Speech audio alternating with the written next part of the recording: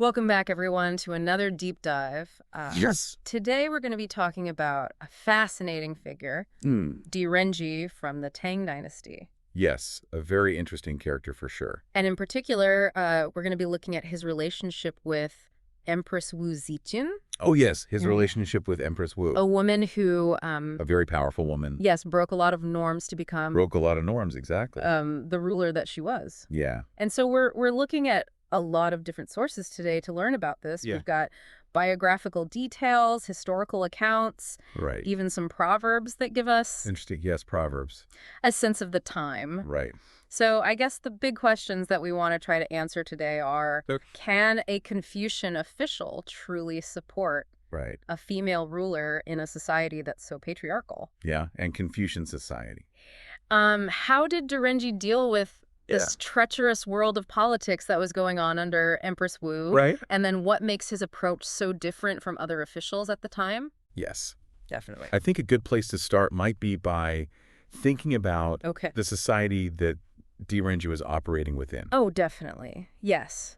It was a world where the proverb, when a hen crows in the morning, it brings misfortune to the household. Wow. Really sort of sums up the attitude that people had about women in power. Yeah. Right. And Confucianism was so important. Right. To society at the time. The bedrock. The bedrock. Yes, exactly. And that really emphasized this social hierarchy. Right. With men. With men at the top. Right at the top. Yeah. So how do you even begin to reconcile such deeply ingrained beliefs with having a female empress? Right. Like, how was that even possible? Well, it's interesting because Renjie was a very pragmatic person. Okay. He could see that if there was a power vacuum, especially after Emperor Gaozong died, that things could get really chaotic. Yeah. And so Wu Zetian had all of these capabilities, and she was a force for stability in this volatile time. Right. And we've got to remember, yes, the Tang Dynasty was vast. Huge. And keeping it unified was not an easy thing to do. Definitely not. So it sounds like he was prioritizing the good of the empire. Yes. No. Even if it meant kind of pushing aside some of those traditional beliefs. Was he always this supportive of Wu Zetian, though, or did his views change over time? I think it's fair to say that his stance was complex. Okay. And it did evolve. Okay. So in the early days, he was a key advisor to her. Right. So like a right-hand man, kind of. Right-hand man, exactly. Okay. But as time went on, yeah, he started to focus more on making sure that the throne would eventually go back to the Liu family. Okay. To the rightful heirs. So the rightful heirs, according to tradition, tradition, yes. Yeah. So trying to support the current ruler, but also working towards a smooth transition back. A smooth transition, exactly. That's a really delicate balance to strike. It is. That's pretty impressive. Yeah, it really speaks to his political savvy. For sure. Yeah. Speaking of political maneuvering. Yes. Let's talk about Renjie's rise to power. Okay. He did become prime minister. He did. But it wasn't exactly a quick rise, was it? No, not at all. No. Yeah. He got the appointment in 691 A.D. Okay. When he was 62 years old. Okay, so that's decades of service. Before he reached the top spot. Absolutely. So this wasn't just like an easy climb ladder. No, this was a journey. A journey through this really complex world of court politics. Right, and a dangerous one at that. Oh, yes, very dangerous. Considering the political climate under Empress Wu. Yeah, this wasn't a peaceful time at all. Right. Empress Wu had to deal with 2 major rebellions during her reign.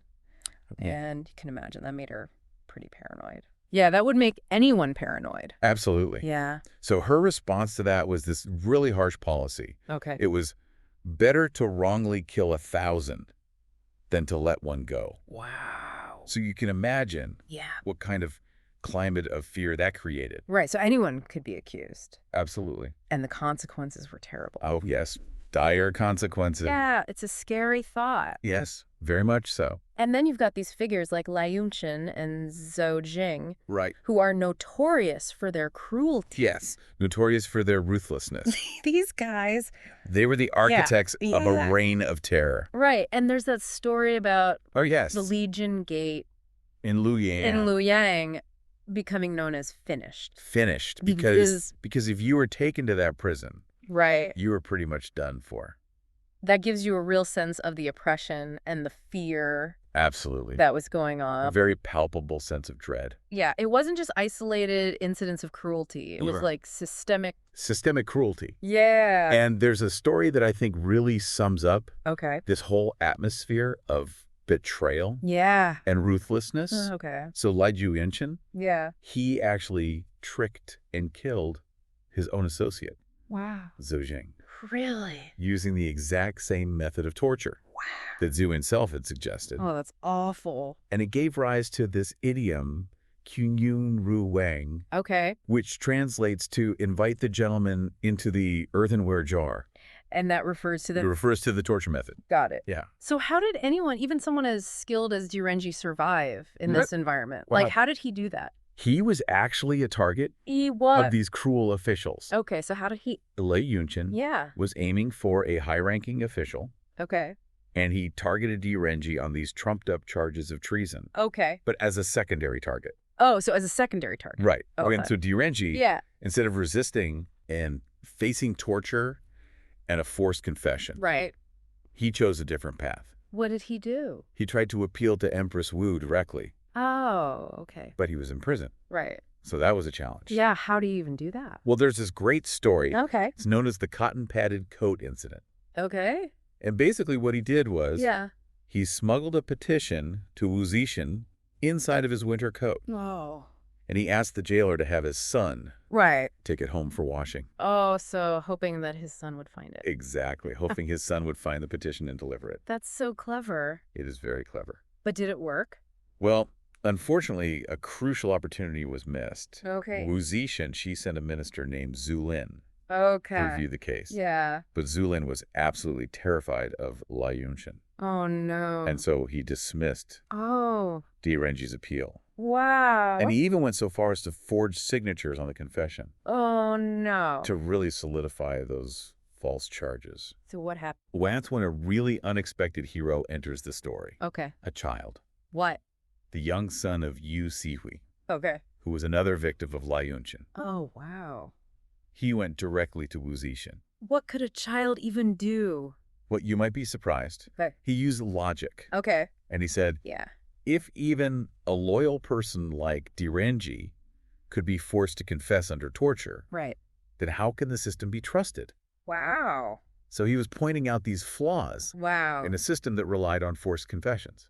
That's amazing. It is. That a child would be able to do that. Right. So what did Wu Zetian do? Well, it was a mixed bag. Okay. She didn't punish Lai Juyinshin outright. Okay. But she demoted Renjie and others to local positions. Okay, so a subtle acknowledgement? A subtle acknowledgement, but not true justice. So not a complete victory? No. But it did save him from something worse. Yes. So what happened to him after he was demoted? Well, that's what's so remarkable about Renjie. Okay. He didn't become bitter. Okay. He embraced his new role. Okay. As magistrate of Pincing County. Okay. With just as much integrity. Wow. And dedication as he had always shown. Okay. And he became incredibly popular with the locals. Wow. They even built a shrine in his honor. So even though he was removed from the center of power, his reputation continued to grow. Yes, it did.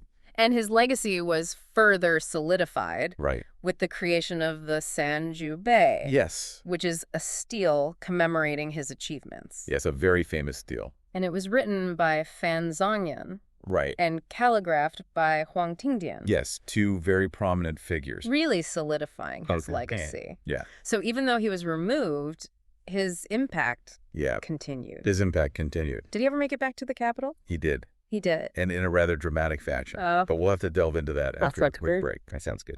Stay with us. In 696 A.D., the Khitans, they were a nomadic group. Right. They launched this rebellion on the northern border of the Tang Dynasty. Okay, so they were creating trouble. Yeah, they were creating a real problem. Okay. And so Empress Wu Ziyu, she needed a capable leader. Right. And so she turned to Renjie. Oh. She appointed him as the prefect of Wu Ziyu. Okay. And gave him this really important task of defending that region against the invaders. It's a pretty big show of faith from Wu Zetian. It is. After everything that happened. Yeah, you'd think. With Lai Juyinshin. She'd be a bit hesitant. Yeah, you'd think she'd be hesitant. But maybe she realized that his loyalty was really to the empire. And for Renjie, this was his chance to prove himself once again. Yeah. Not just to the Empress, but to the people. Right, to the people he was tasked with protecting. Exactly. So how did he approach this challenge? Well, Renjie, he wasn't one to just blindly follow tradition. The common practice at the time was to isolate the city. Okay. Essentially using the population as a shield. Wow. While they fortify the walls. So just leaving people outside? Yeah, pretty much. Wow. But Renjie completely rejected that approach. Okay. He saw the people as a key part of the city's defenses. Yeah. Not just expendable pawns. That's a pretty big departure. It is. From the norm. It really highlights his empathy. His understanding of the human element. Of warfare. So did it work? It did. It did. And it earned him even more admiration. Okay. Under his leadership, Wei Zhu was able to successfully defend against the Khitans. Okay. And the people were so grateful for his compassion and leadership that they built another shrine in his honor. Another shrine. So that's 2 shrines built by the people. Exactly. That's a powerful statement. It really speaks to the respect and admiration that he earned. And it seems like his exile, while obviously difficult, actually strengthened his reputation. Yeah, maybe that time away from the capital really helped him to understand what was truly important. Like serving the people, upholding justice. Exactly. Ensuring stability. Absolutely. Okay, so after his success in Weizhou, what happened? Well, he returned to the capital. Okay. And this time, his return was triumphant. Okay. Zetian recognized his accomplishments. Yeah.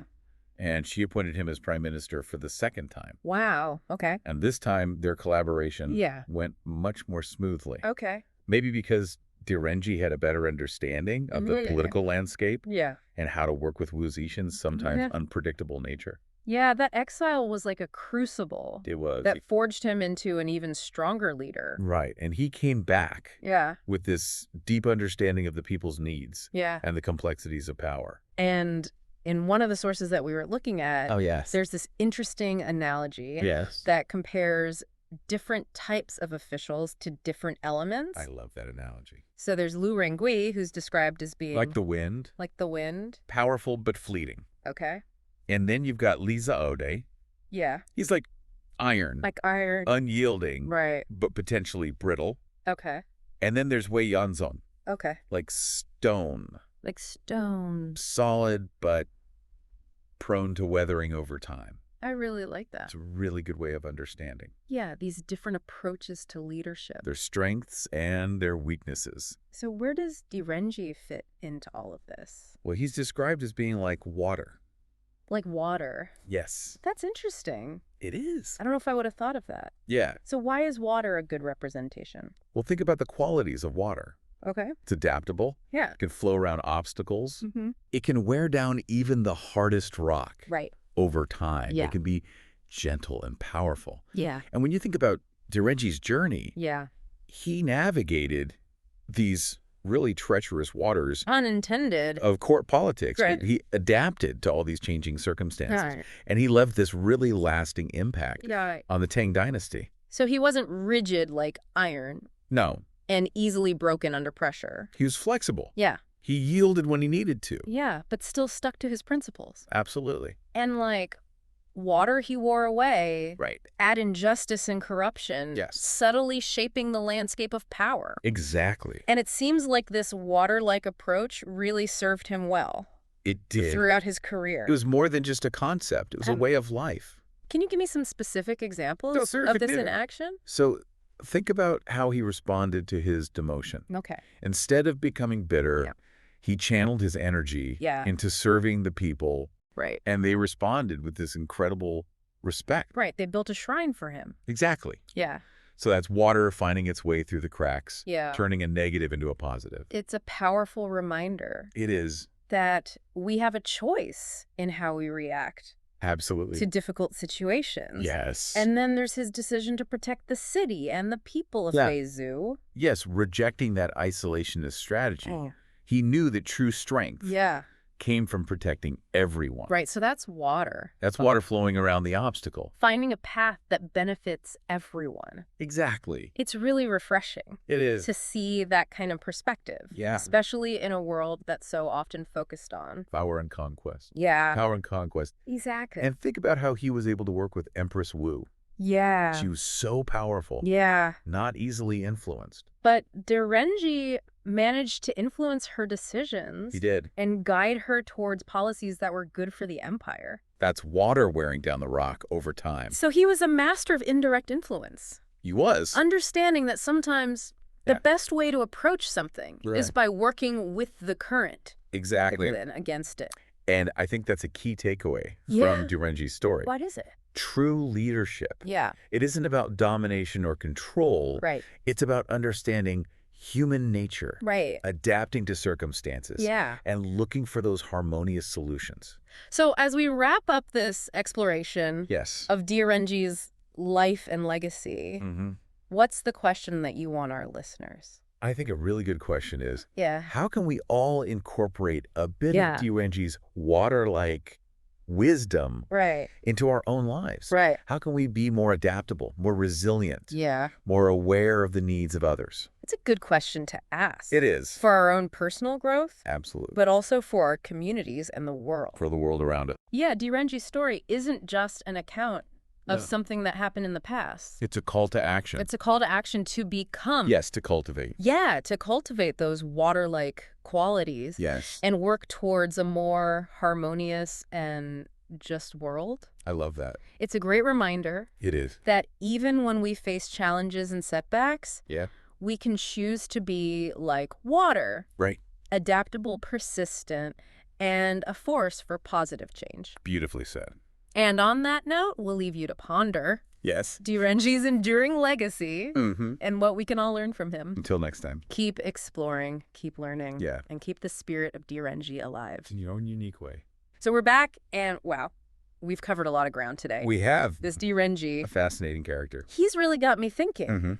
So we talked about this idea of Renjie being like water. Right? Adapting and flowing through all the challenges of the Tang Dynasty. Right. But how did that actually look? Right. How did that actually manifest? Yeah, like in his action. Well, think back to his time as magistrate. Okay. In Pixie County. Right. He was demoted, remember? Unjustly. Unjustly. Yeah. But he didn't let that get him down. He didn't get resentful. No, he focused on serving the people. Yeah. And they loved him for it. They built a shrine for him. Right. It's like that water. Exactly. Finding a way through the cracks. Turning a negative into a positive. It's a good reminder for us. Like we can choose. We have that choice. How we respond. To adversity. Yeah. Yeah. Absolutely. And then think about Weizhou. Oh, yes. Weizhou. When he was defending it. He refused to sacrifice the people. Yeah, he didn't want to use them as a shield. Exactly. He saw the importance of protecting everyone. That's the water flowing around. Around the obstacle. Yeah. Finding that path that benefits everyone. He really seems to get people. He understands that human element. And then there's Empress Wu. Oh, yeah. Like, how did he even manage? Well, she was a powerful figure. So powerful. Not easily swayed. Yeah, but he still managed to kind of... He did. Guide her decisions. He influenced her policies. Right, towards things that were good for the empire. That's that water wearing down the rock over time. Yeah, like slow and steady. Persistent. Yeah. Creating change without force. So he was like a master of... He was his direct influence. He understood that sometimes... you have to work with the current. Not against it. Exactly. Yeah, I think that's a really important... It is a key takeaway. From his story. It's not about domination or control. Right. It's about understanding people. Understanding people. Understanding situations. Accepting. Adapting and finding those... harmonious. Yeah, those good solutions for everyone. Right. So as we finish up today... Yes, as we wrap up... What is it that you really want our listeners... Well, I hope they're thinking about how they can use... this Renjie water-like wisdom in their own lives. How can we be more like Renjie? Right. How can we be more adaptable? Yeah, more resilient. More attuned to the needs of others? That's a good question. It's a question worth exploring. Not just for us? No, not just for us. But for everyone. But for our communities, for the world. It's like Renjie's story. Yeah. It's more than just a history lesson. It's a call to action. It is a call to action. To be better. To cultivate those good qualities. Those water-like qualities. And work towards a better world. A more harmonious world. Yeah, so it's a good reminder. It is. Even when things are tough. Even when we face challenges. Yeah, we can choose. We can choose to be like water. Adaptable. Persistent. And a force for good. Beautifully said. So we'll leave you with that thought. Yes. Keep exploring. Keep learning. Keep learning. And find your own way. To be like Renjie. To bring those good qualities into the world. Into the world. Until next time. See you next time.